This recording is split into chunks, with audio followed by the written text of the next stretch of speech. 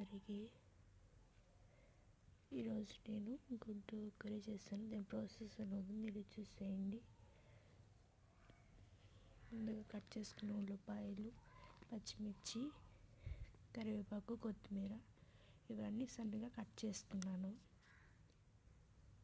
Stove మీద pan పెట్టుకొని అందులో ఆయిల్ వేసుకొని ఉల్లిపాయ ముక్కలు ఇందులో వేసుకోవాలి.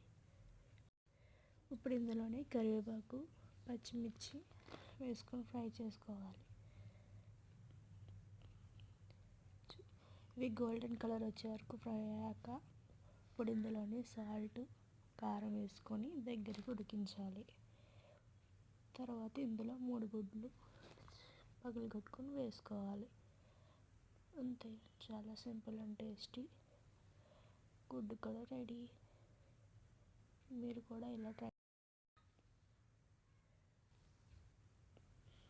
ఇంకా మన ఛానల్ ఎవరైతే సబ్స్క్రైబ్ చేయలేదు సబ్స్క్రైబ్ చేసుకోండి. Thank you.